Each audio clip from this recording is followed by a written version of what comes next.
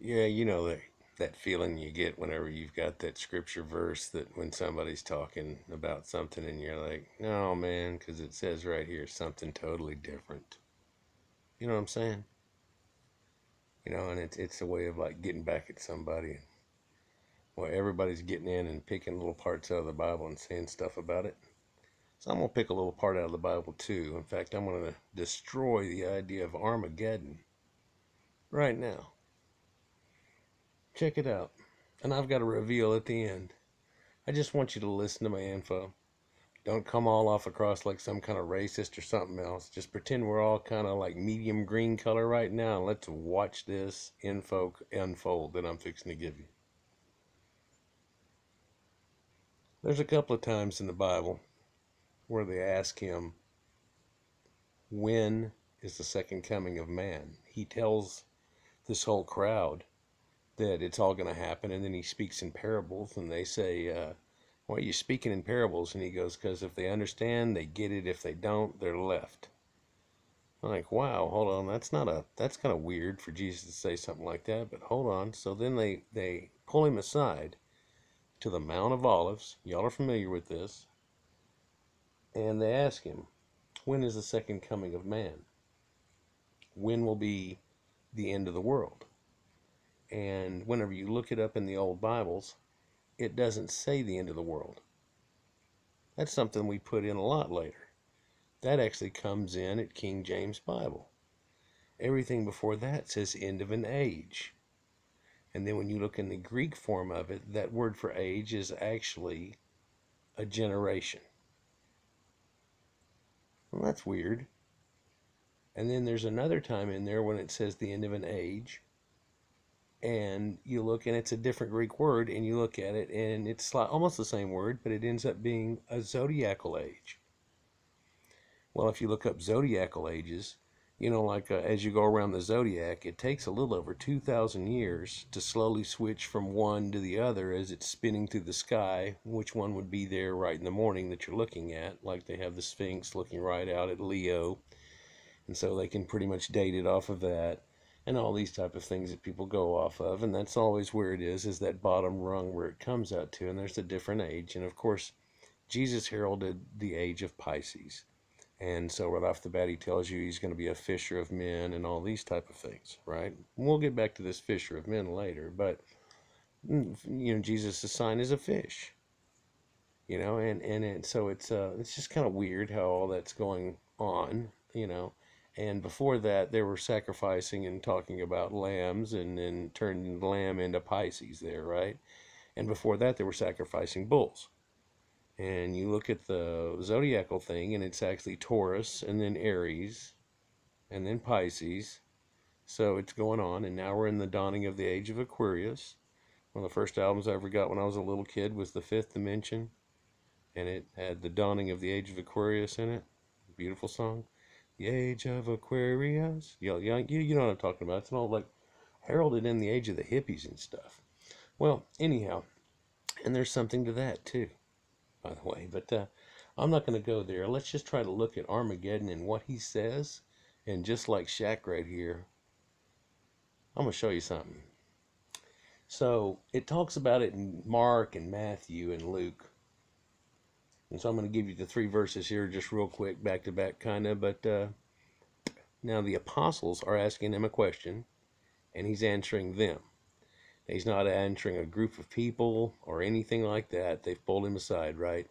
People try to use this passage and say, oh, listen, he's talking to you right now. Pastors do this all the time. It's not at all what is said in the scripture at all. And you'd be a fool to try to think that somebody back then, if it doesn't say the year 2017 on it, then he ain't talking to nobody in 2017, and you can't find that. So let's go through what he actually does say, though. In Mark 9:1, to the apostles, he says, some here will witness this before they taste death. That's weird. And then he goes on to say, in the age of man, and that age word is a generation, which in the Bible is for a generation is 40 years.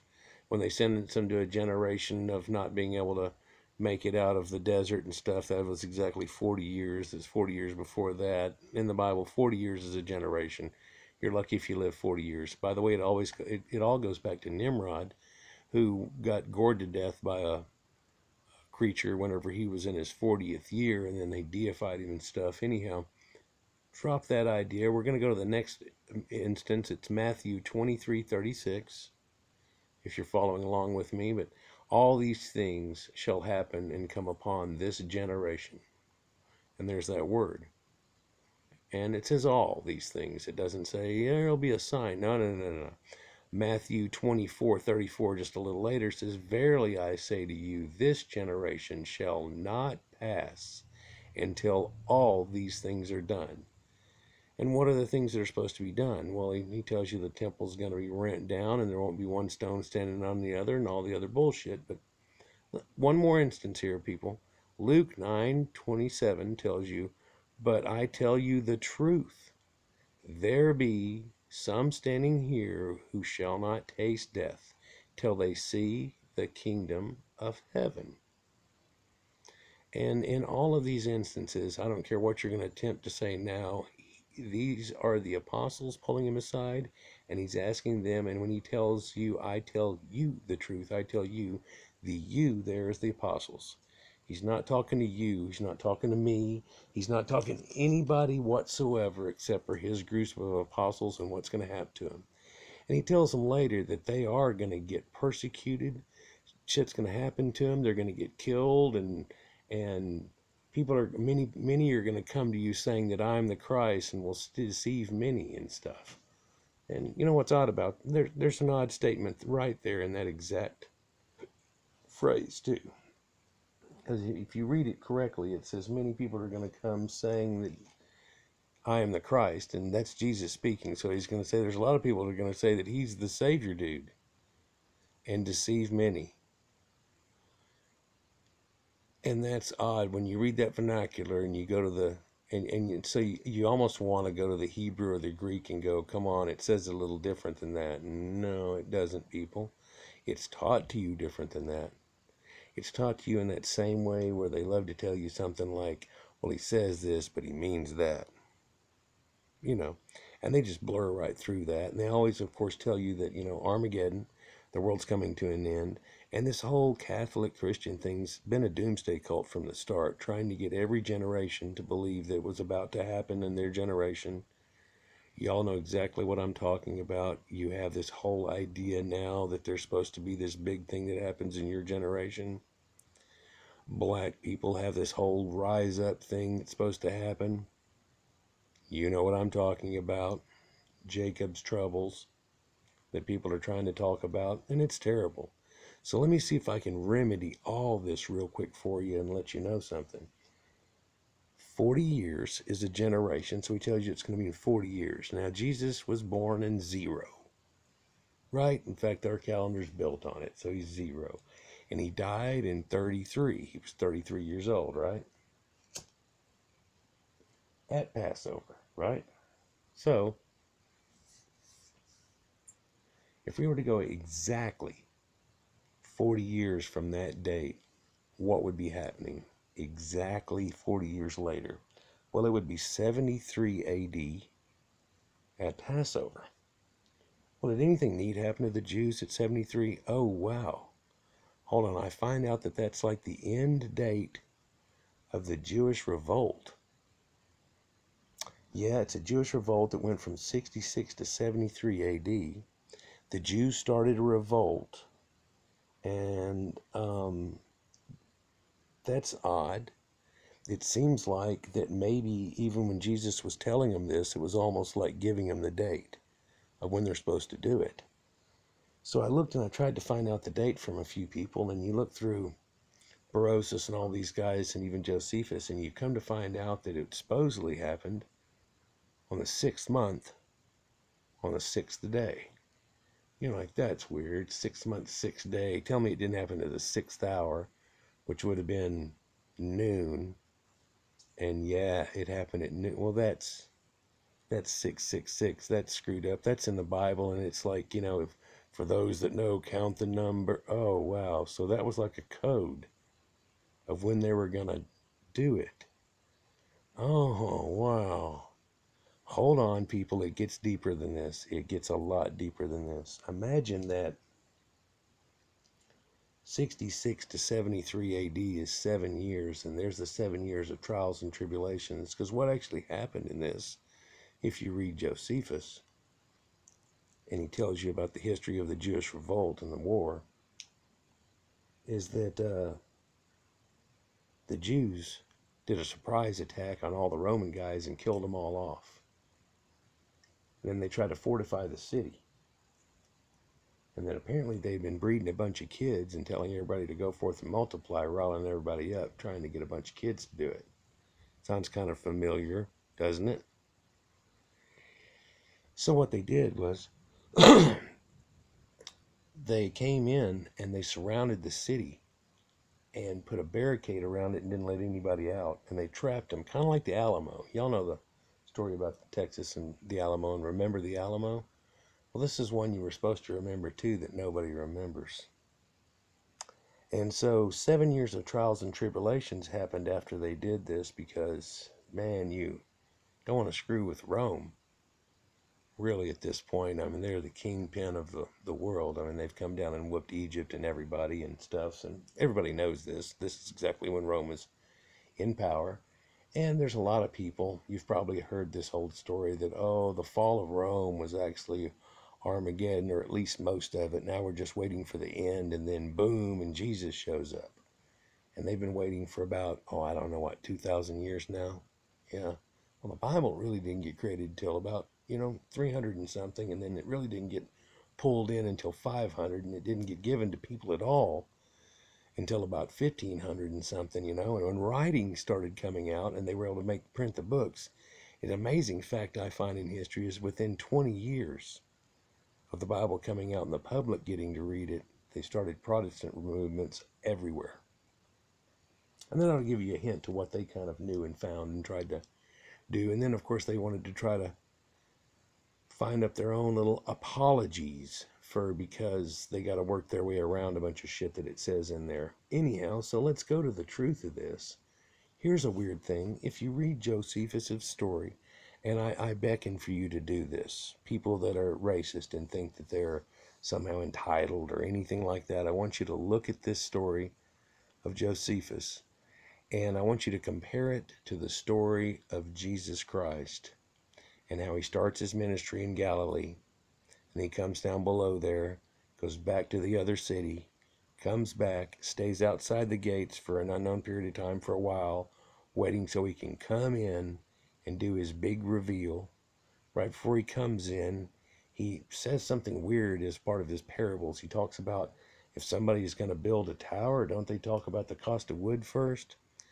Then they come on in, they have the Last Supper with the disciples, and then ensues the end of Christ, where he's told the Jews that they're of the father of their devil, Abraham, their father. He distinctly tries to let them know that he's not really from Abraham. People have tried to look at his lineage and say, well, he'd have to be from the father, from David's clan, where he's supposed to be from David's line. But if he's Christ's kids and it's a holy birth, then he wouldn't have been from that. And it just doesn't make any sense. Well, let me try to make some sense for you. Whenever you look at the Jewish revolt account, whenever Titus comes down, ironically, he shows up in Galilee, and the first thing that he does is rally the people together, just like Jesus, and almost says the exact same words. Then when they show up in Galilee and they kill every man, woman, children, in retaliation for the Jewish revolt. Them Jews, man, they revolt like crazy, don't they? If you look at history, they actually revolted right before Hitler went crazy on them. But that's another point. Anyhow, so they did this revolt, and now they've got them out there in Galilee, and they pin people out in the ships. There's people that got out in ships, and they go out and get on their own ships, attack them, and they start hooking them and pulling them up out of the water. And there they say that they're fishing for men. Look, we're fishing for men instead of fish, and make a joke out of it. Where at the same time in Jesus's, he tells the men to cast the net on the boat on the right, and he catches a bunch of fish, and he makes them fishers of men. And that's a real odd parallel. So then you follow it, and he goes to the exact same supposed city as Jesus does next. And where Jesus does this healing, and he heals the blind man and does this other stuff, actually in Josephus' account, in somebody else's story of what happened, somebody comes up and they burn his eyes right out instead of being able to see. And the other guy that mentioned this said that they come up and they took mud and pushed it into his eyes and made him blind. And in this part of the story, we have Jesus who actually spits in a guy's eye, then rubs mud in it, and it makes him see. There's about 4 or 5 other instances you can find here if you look at it, but let's go to another important one. When he shows up outside the city and he waits, they've got them trapped, and he's waiting for them to starve out because they have no access to food. So he's doing kind of like an Alamo thing. And while he's doing this, they've chopped down all the trees that are around there. So it's kind of funny whenever they talk about going to the Mount of Olives, because all those are chopped down. Well, they might have left olive trees because they're probably not big enough to build anything with. But what they basically built was angled ramparts, about a 45-degree angle, all up against the side of it so they can run up and in. And the Jews fought a great fight. I mean, if you'll read this story here, they lose a lot of people. The Romans lose a lot of people in the fight. The Jews go apeshit, and they have these weird tactics that they've been using because they're hired assassins from way back when. The Hapiru were hired assassins out in the Persian desert. They were Arabian Nights and stuff. And it's kind of what it means, you know, the Hapiru, the Ivri that it actually comes from in the first place means like lost people, or a clipping of ivy that came loose and has thorns.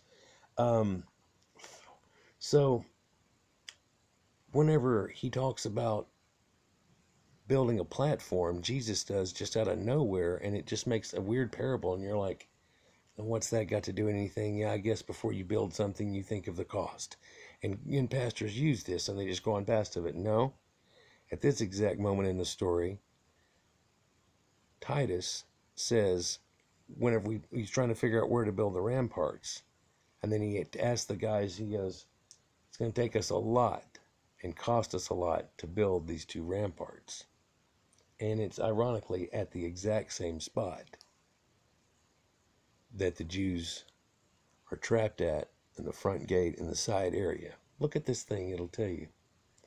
Now here's the big reveal at the end of this, though, too, people. There's your reveal where this is where this all comes from. But the worst, disgusting part of it, and it's kind of thrown in your face in some weird way, is that Jesus comes in and has the Last Supper with his disciples, and you find out that they describe the last night of the Jews before Passover, and a strange story of a woman named Mary who sacrifices her only child named Eudad, which actually is the name of the Canaanite god El's son that gets sacrificed. But they also transpose it to Yeshua, and I'm sure that sounds familiar to you, even though it has nothing to do with Jesus as a name. But an Eudad and a Eusus that makes up Jesus is an S and a D change that is common between Greek and Phoenician, by the way. So Eudad becomes Eusus, and there was no J until way up into the past the Dark Ages. So it wasn't Jesus, it was Eus. There you go. Okay, so that's not the reveal. The sad thing is, this woman, her only son, she sacrificed her son because they were starving to death for a last meal, to try to prolong them until they thought that their Savior Messiah, whose name was Emmanuel, whenever you get close to Christmas and you remember all these things and he tells you about da-da-da and his name is Emmanuel. Nobody named Emmanuel is Jesus. No, it's Emmanuel. They were waiting for a guy named Emmanuel to come. He was going to be a warrior. He wasn't going to be somebody that tells you to turn the other cheek. He was going to be a warrior. He was going to come on white horses and all this bullshit. You come to find out that Titus rode on a white horse with his little group, and he had a chariot pulled by 4 horses, and there's your 4 horsemen. And upon the people of the Jews he brought pestilence and everything, and whoa! And he said he was doing it all because of the Armageddon that they called for, and that their holy book said that they deserved for what they had done to humanity and the genocide that they had caused, all in the name of their God that had been stolen from the Canaanites, and the name changed, but the religion stayed the same. And if you remember the disgusting cannibalism of the Canaanites and throwing their kids in the fire and shit, that's what these Hebrew Israelites were doing. And they were worshiping Baal, and that's that devil-looking thing from some old 80s heavy metal rock group thing looking like some devil worshiping shit. Those were Baal statues where they threw their children into their burning, down into a pit that they called Gehenna, which is the name of hell in the Bible. Well, they ate her son as a last meal, and she said that he would become a myth to all humanity. Whenever, Emmanuel showed up and saved them all. And Emmanuel didn't show up and save them all. And you find in that story, too, that instead of like the Alamo where they fought back and, did a valiant thing, they didn't. They all drank poison and killed each other with knives. And whenever Rome came in, like the Alamo, to kill them all, they had all killed themselves, women and children and everything. They had taken upon themselves to kill each other.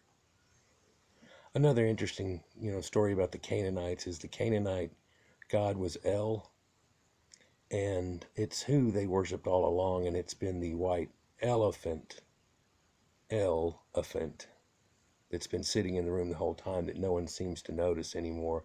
Big as Shaq here, sitting right there, and no one noticed. But the Canaanite god was El. It was equated with Saturn. Saturn is that satyr. The satyrs are those goat-like people that have the horns and the bottom half of them look like a goat.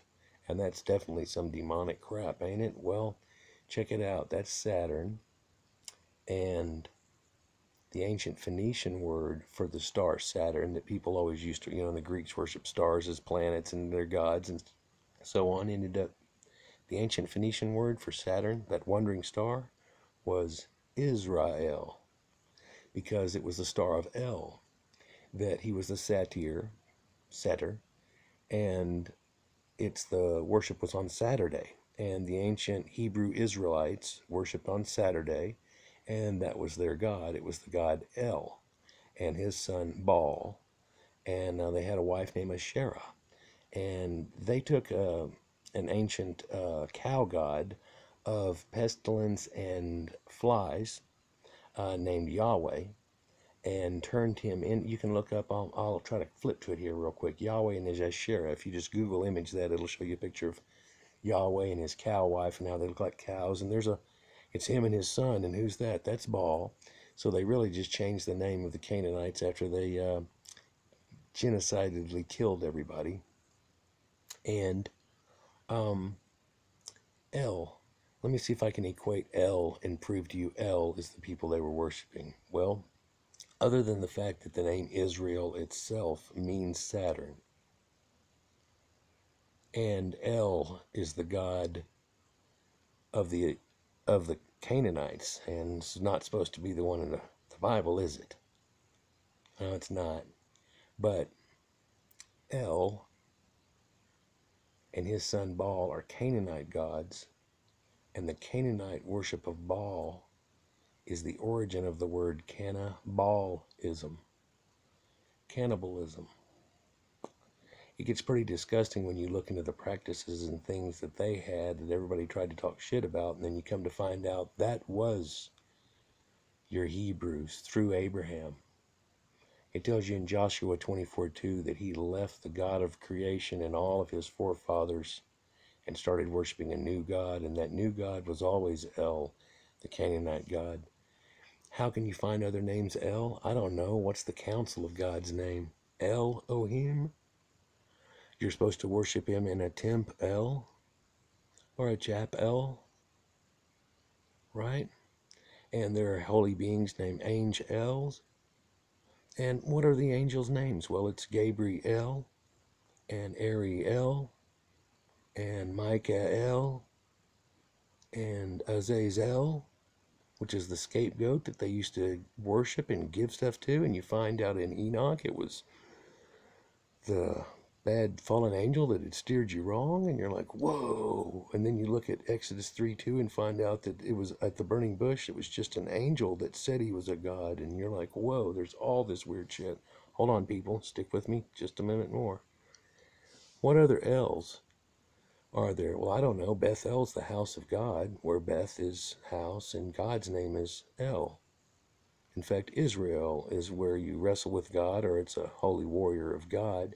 And Isra is warrior of, and the name of God is El. Wow. The ancient city that they hated so much was actually their own city they were reversely talking shit about, and it's called Babel, isn't it?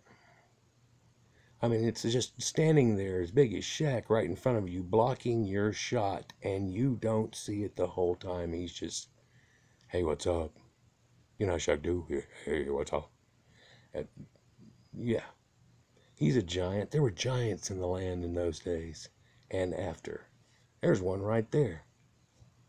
Shakola. A giant. Even if you're 6 foot tall and you walk up to him, that man is a giant. Of course, the real giants in the Bible were, oh, here's something that they've lost over time, were dinosaur bones. And they used to take big leg dinosaur bones and go, the God must have been this tall. And no, it tells you that there was a guy who was like 65 foot tall. It's because they estimated it off the size of his leg bone to a normal human that they had killed. It all gets disgusting, but, doesn't it? But, oh, hold on. The prophets tried to take them away from El, right? The prophets, they came and tried to fix everybody. So you find out there's Solomon. And actually, Sol is the sun, and is the stars, and also, whenever you go and then Mon at the end is a moon. That's weird. Where does Amen come from? It comes from Egypt. Well, all this shit is just kifed and thrown together by the Hebrews, isn't it? Yes, it is, and everybody knows it now, and it's coming out, and it's sad if you're starting to embrace it and act like you're going to rise up and you're a Hebrew Israelite, because you're not. And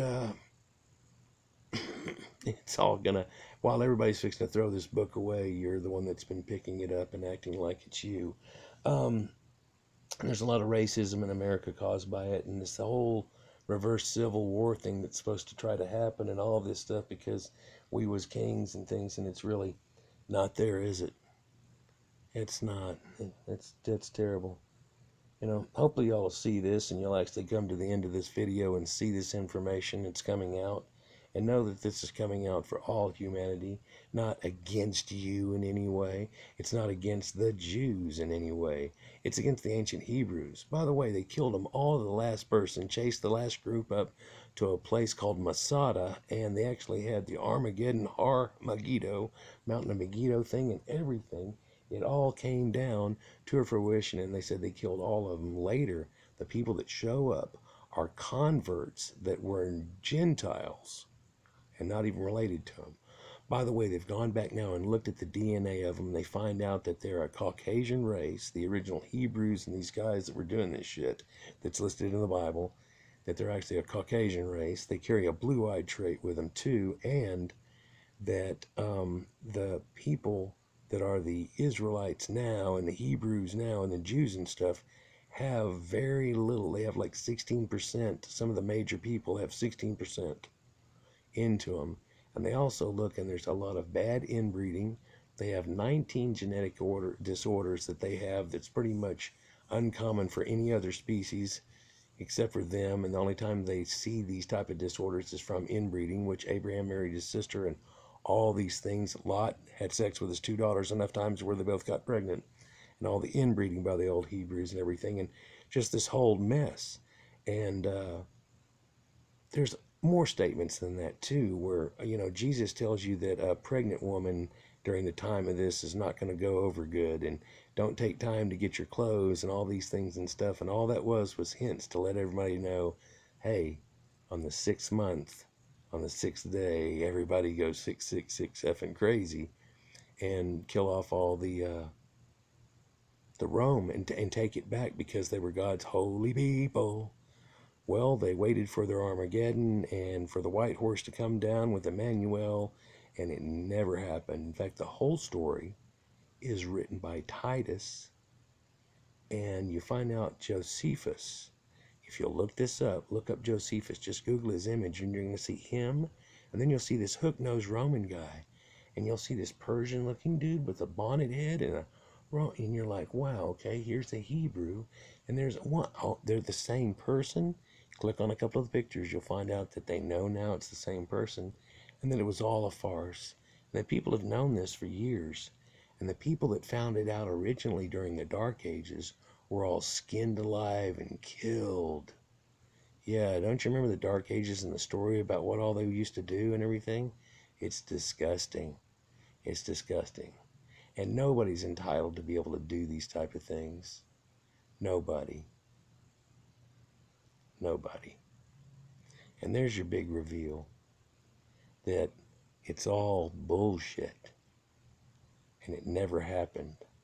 Old Testament or New. It's all faked out. Watch some of my other videos on it. I've got the other information. It keeps correlating it over and over again. It's undeniable. People have found this out now. As long as you're not too stuck inside yourself and not open-minded, you'll find it to be true. If you don't find it to be true, you're going to be laughed at shortly when everybody else does, and then you're going to come off with this, oh, we knew that. Don't be that guy. Peace. Love each other, people. Build bridges with a rope you've been given. Build bridges to your friends. Build bridges to everyone. Walk hand in hand with everybody. We are the world. Come on, people.